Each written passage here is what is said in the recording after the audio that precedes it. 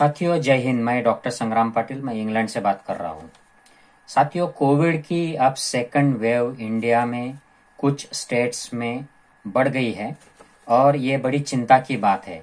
और ख़ास करके जब हमारे वैक्सीन्स अब शुरू हुए हैं, लेकिन उनका स्पीड जो है वैक्सीन देने का वो बहुत स्लो है। अब ये जानकर आप लोगों को शायद सरप्राइज होगा कि मैं ऐसे क्यों कह रहा हूँ। तो आप ये इंटरनेशनल कंपैरिजन देख लीजिए। ये चार्ट है आवर वर्ल्ड इन डेटा का, ये डेली अपडेट होता है। तो ये लेटेस्ट इनका जो अपडेट है, डेली न्यू कंफर्म केसेस पहले देख लेते हैं कि अलग अलग देशों में कितना केसेस हो गए। तो ये इंडिया में अब जो टॉप के जो कंट्रीज है, यूएस, ब्राज़ील, फ्रांस, इनके नीचे इंडिया का नंबर आ गया है। तो हमारे केसेस, डेली केसेस अब काफ़ी ज़्यादा हो गए हैं।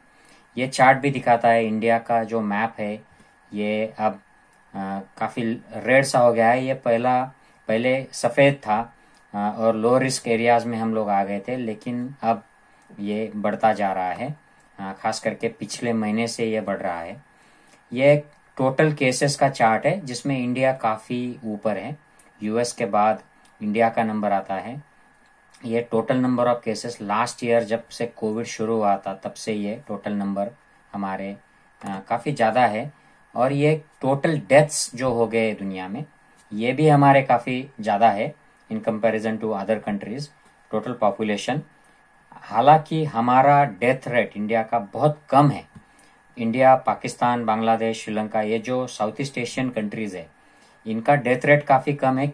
इसकी वजह यह है कि हमारी पॉपुलेशन बहुत यंग है और इस एरिया में खास करके एक pre existing level of immunity है। पहले के जो इन्फेक्शंस है, parasitic infections, viral infections, bacterial infections, और पहले जो वैक्सीनेशन हुआ है बीसीजी, एमएमआर, इनसे भी कुछ इम्यूनिटी हो सकती है।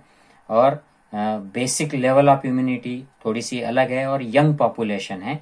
इसकी वजह से इन देशों में कोविड फैला, लेकिन उतना डेथ रेट ज़्यादा नहीं रहा है ये साउथ ईस्ट एशियन कंट्रीज में। तो हम इस माने में काफ़ी लकी थे। तो ये वैक्सीन के परसेंटेज का ये चार्ट है कि कितने परसेंट लोगों को वैक्सीन दिया गया है। आप देख सकते हैं इजराइल टॉप पर है, कुछ south American countries, European countries, US, America, UAE, Spain, Brazil, और इंडिया परसेंटेज वाइज काफ़ी कम वैक्सीनेशन हुए। हालांकि हमने 2 करोड़ से ऊपर अब वैक्सीनेट कर लिया है, लेकिन पॉपुलेशन के हिसाब से परसेंटेज बहुत कम है। तो हमें जब 70 से 75% पॉपुलेशन कवर करना है, तो ये वैक्सीनेशन का स्पीड बहुत कम लग रहा है। ये बड़ी चिंता की बात है साथियों। तो ये चार्ट देखिए, आप कंपैरेटिव देख सकते हैं। इजराइल में लगभग 90%, 99% लोगों को सिंगल डोज मिल गया है। यूएई का देखिए आप, इसमें 60% के ऊपर 63.3% है। यूके में 33% है। बहरीन लगभग 30% के आसपास हो गया है। यूएस 26.2% है। और हमारा 1.5% अब तक हुआ है। तो परसेंट के हिसाब से हम लोग काफ़ी पीछे हैं और ये बहुत स्लो चल रहा है। 16 जनवरी को हमारा वैक्सीनेशन शुरू हुआ था और आज ये मार्च महीने का सेकंड वीक शुरू हो गया है और अब तक हमने 2% पॉपुलेशन भी नहीं कवर किया है। ये बड़ी चिंता की बात है। तो ये देख लीजिए, ये जो टॉप के वैक्सीनेटिंग कंट्रीज है, इसमें भी हमारा परसेंटेज काफ़ी नीचे है। तो इसकी वजह क्या रही है?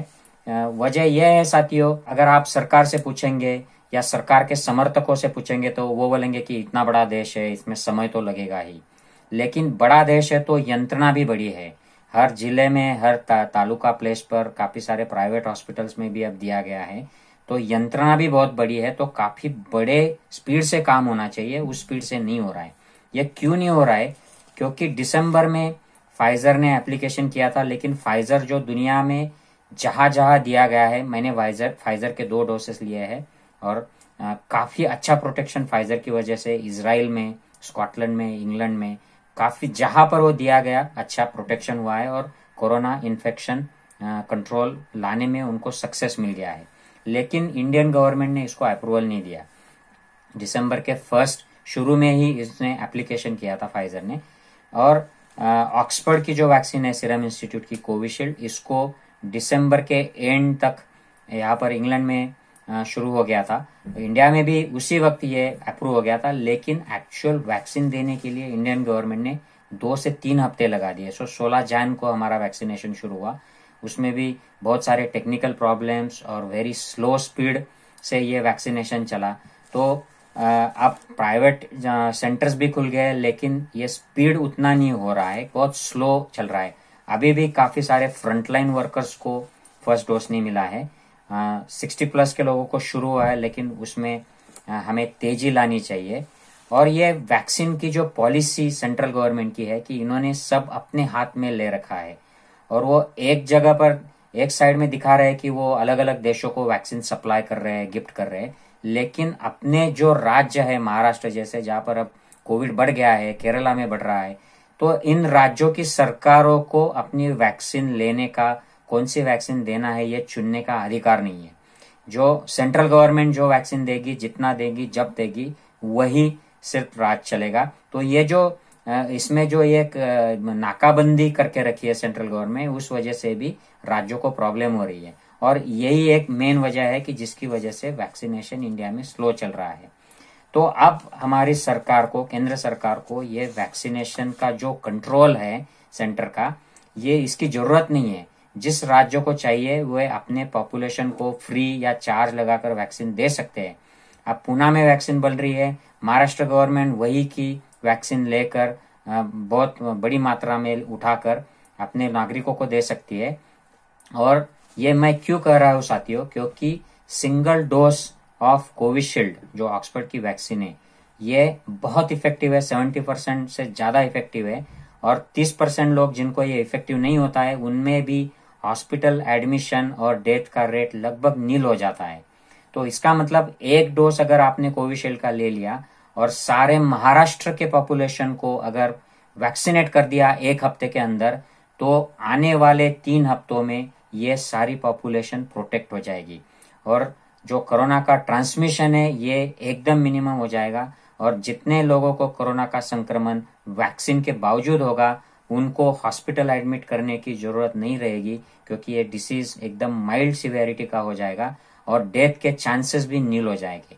तो वैक्सीनेट सारी पॉपुलेशन अगर स्टेट एक हफ्ते में कर देता है, अगर उनको बेचना है तो बेचो, फ्री देना है तो फ्री दो, लेकिन आप एक डोज सबको दे दो, और उसके बाद में 3 हफ्ते से 3 महीने तक के अंतराल में आप सेकंड डोज दे दो, जो बूस्टर डोज रहेगा, तो उससे और ज्यादा प्रोटेक्शन हो जाएगा।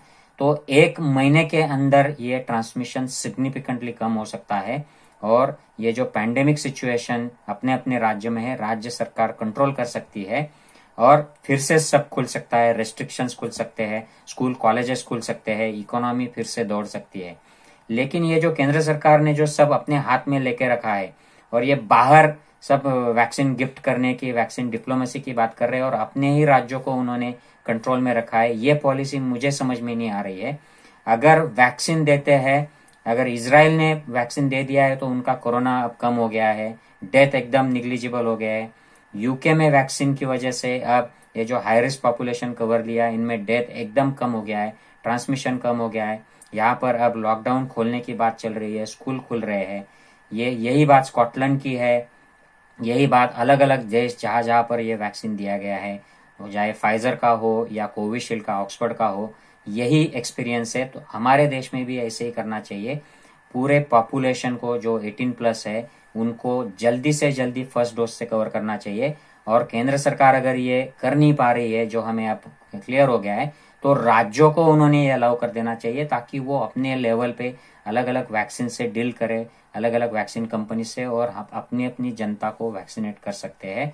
और सरकार को फाइजर और जो और भी वैक्सीन की प्राइवेट कंपनीज है, उनको भी अप्रूवल की प्रोसेस फास्ट करनी चाहिए, ताकि ये प्रूवन इफेक्टिव और सेफ वैक्सीन जनता अपने पैसों से लेना चाहती है तो ले सकती है, ताकि हम हमारे लोगों को वैक्सीनेट करके प्रोटेक्ट करें, ट्रांसमिशन कम करें और लोगों को जल्दी से जल्दी बचाए।